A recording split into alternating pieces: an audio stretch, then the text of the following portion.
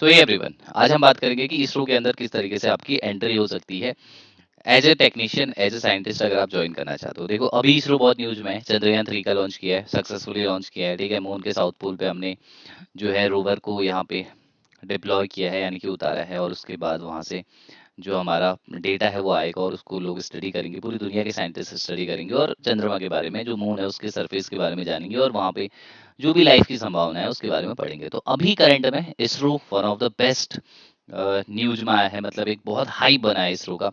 और हमेशा ऐसे ही रहा है। इसरो इंडिया की बहुत इंपॉर्टेंट ऑर्गेनाइजेशन है, जो इंडिया के प्राउड के लिए बहुत इंपॉर्टेंट है। तो अगर आप में भी ये जज्बा है कि आप इसरो में जाना चाह रहे हो, बहुत सारे बच्चे जाना चाह रहे होंगे, है ना, अभी न्यूज़ से। और ये बहुत अच्छी बात है। हम टेक्नीशियन, हम साइंस की फील्ड की ओर आगे जा रहे हैं, ना कि हम बाबा बनने जा रहे हैं, ठीक है। ऐसा तो होता है ना कि इंडिया में ज़्यादा लोग जो है वो बाबा बनने की चाहत में जीवन निकाल रहे हैं। तो उससे अच्छा है कि आप साइंस को जानें, साइंस को समझें और साइंस की फील्ड में आगे चलें। तो यहाँ पे देखो, अगर आप इसरो में जाना चाह रहे हैं तो इसरो में इस तरीके से एंट्री होती है। देखो क्या क्या लिखा हुआ है कि साइंटिफिक एंड टेक्निकल कैटेगरी होती है एक तो, technician grade A grade B होती है, और साइंटिफिक असिस्टेंस होती है, ठीक है। तो फॉर ग्रेजुएट, पोस्ट ग्रेजुएट, अगर आपने डॉक्टरेट किया है तो इन सब के लिए होती है टेक्निकल, है ना। साइंटिस्ट एंड इंजीनियरिंग पोस्ट, दो चीज़ होती है। अगर आप साइंटिस्ट और इंजीनियरिंग पोस्ट बनना चाह रहे हो तो ये इनके लिए होता है। देखो, जिन बच्चों ने ग्रेजुएशन किया है, बेसिकली एमएससी होता है, ठीक है, ग्रेजुएशन नहीं कह रहा हूँ मैं। एमएससी अगर आपने किया है, और जो बीटेक वाले होते हैं, बीई वाले, तो उनके लिए। डॉक्टरेट जिन्होंने किया है, पीएचडी किया है ना, उनके लिए। जो पीजी कर चुके हैं, डॉक्टरेट कर चुके हैं, वो डायरेक्टली भी एंट्री ले सकते हैं यहाँ पे। अगर आप इसको एंटर ओपन करोगे ना, तो यहाँ पे देखो, PhD holder also who have submitted the thesis in specific area of studies in engineering, science, technology relevant to the Indian space such as aeronautics, agriculture, atmosphere, ये क्या कर सकते हैं, डायरेक्टली अप्लाई कर सकते हैं यहाँ पे रजिस्टर करके, ठीक है।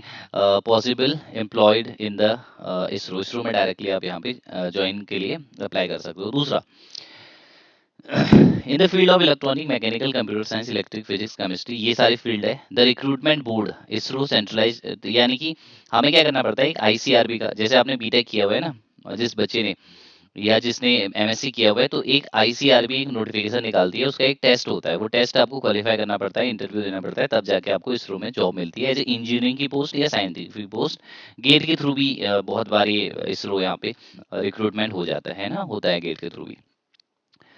तो ये तो हुआ उन बच्चों के लिए जो पीजी कर रहे हैं, बी बीटेक कर रहे हैं और पीएचडी कर रहे हैं। जो बच्चे बीएससी में है या डिप्लोमा कर चुके हैं, है ना, उनके लिए क्या है, देखो, इनके लिए टेक्निकल असिस्टेंट और साइंटिफिक असिस्टेंट्स की दो पोस्ट आती है, ठीक है। उसके लिए आपको क्या होना चाहिए, देखो, आपको ग्रेजुएशन होना चाहिए, या आपका जो है डिप्लोमा पूरा होना चाहिए, जो हम डिप्लोमा कहते हैं, पॉलिटेक्निक वगैरह। फिर आता है टेक्नीशियन एंड टेक्नीशियन की जो पोस्ट होती है उसके लिए आपको आईटीआई, एनटीसी, एनएक, इनमें से कुछ, या हाई स्कूल की जो पोस्ट होती है, इसमें से कुछ ऐसी पोस्ट होती है, यानी कि लोअर ग्रेड की जो पोस्ट होती है ना, जिनके वहाँ पे भी आपको रिक्रूटमेंट के ऑप्शन मिल सकते हैं बहुत सारे। और एडमिनिस्ट्रेटिव पोस्ट फिर आती है, इसमें क्या कहते हैं, post of administrative officer, account officer, ये भी कुछ पोस्ट हैं, देख सकते हो। बट ये जो है एकेडमिक सेट की एडमिनिस्ट्रेटिव पोस्ट है। देखो, जैसे किसी बच्चे को टेक्नीशियन बी में जाना है, तो टेक्नीशियन बी के लिए क्या है, टेक्नीशियन बी के लिए आपको आईटीआई का डिप्लोमा होना चाहिए, आपके पास 35 साल आपकी एज होनी चाहिए। आपको रिटन टेस्ट होगा, skill selection with be based on written test mark only, skill test is only qualifying nature, ठीक है। स्किल टेस्ट जो है वो केवल क्वालिफाइंग नेचर का है, दिख रहा है।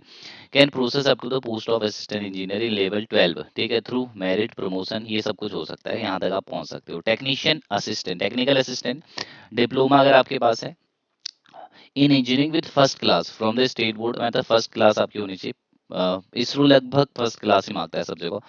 रिटर्न और स्किल टेस्ट होगा, है ना, ये आपको दिख रहा है। साइंटिफिक असिस्टेंट सेम पोस्ट है, बीएससी वाले, जो बीएससी में जिनकी फर्स्ट क्लास डिवीजन है, वो क्या कर सकते हैं, वो साइंटिफिक असिस्टेंट के लिए फॉर्म भर सकते हैं। ये आपके लिए इंपॉर्टेंट है, देख लीजिए।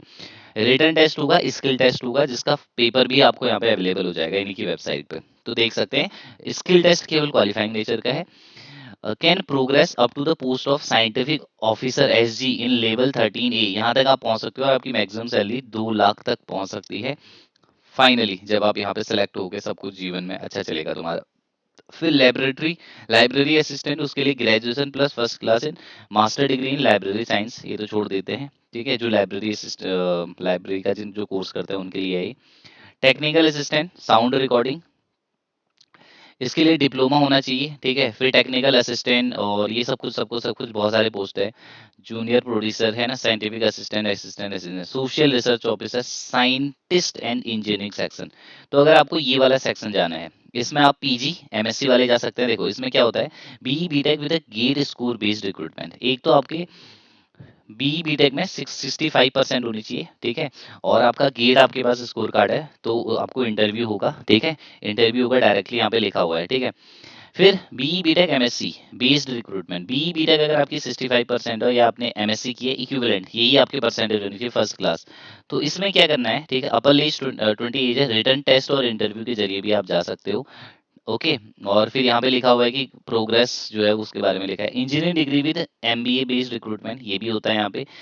एमई एमटेक वालों के लिए भी होता है, ठीक है, बट उनके लिए रिटर्न और टेस्ट है। बट गेट के थ्रू मैंने आपको बताया था कि गेट अगर आपका क्वालिफाई है तो डायरेक्टली भी आप यहाँ पे एंट्री ले सकते हो, ठीक है, अच्छे स्कोर के साथ गेट में, जैसे अदर ऑर्गेनाइजेशन में लेते हो वहाँ पे यहाँ पे भी ले सकते हो। साइंटिस्ट एंड इंजीनियरिंग एसडी, ठीक है।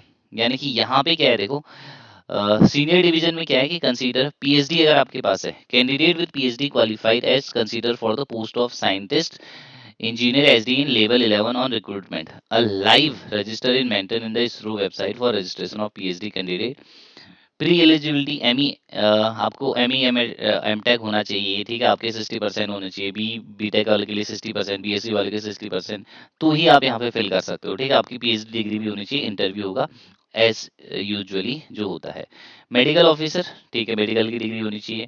Lab assistant, technical assistant, cook, fireman, ये जो वो पोस्ट है जहाँ पे आप आईटीआई डिप्लोमा अगर है, असिस्टेंट है ना, ये सारी जो पोस्ट है, आप 10th पास अगर है तो यहाँ पे फिल कर सकते हैं।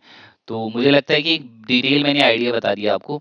तो बेसिकली जो ग्रेजुएशन वाले हैं, जो बीएससी वाले हैं, वो साइंटिस्ट असिस्टेंट के लिए भर सकते हैं, साइंटिफिक असिस्टेंट के लिए भर सकते हैं, ठीक है। इनकी जो अभी करंट रिक्रूटमेंट मुझे नहीं लगता है कि कोई आई है, एक बार मैं फिर भी यहाँ पे चेक कर लेता हूँ।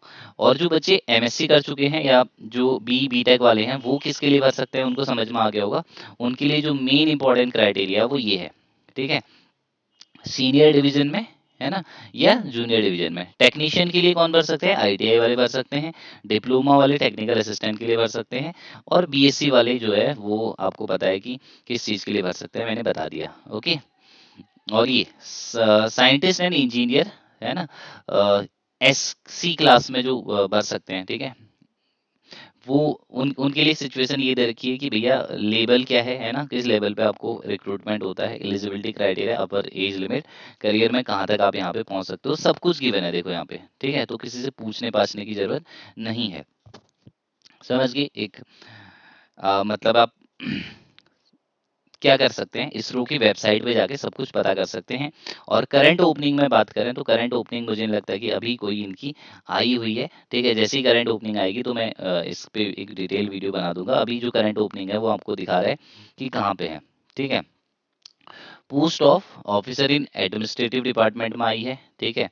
तो इसको छोड़ देते हैं। Recruitment in director Indian institute of space science and technology of director, okay, director तो हम डायरेक्टली नहीं भर सकते ना।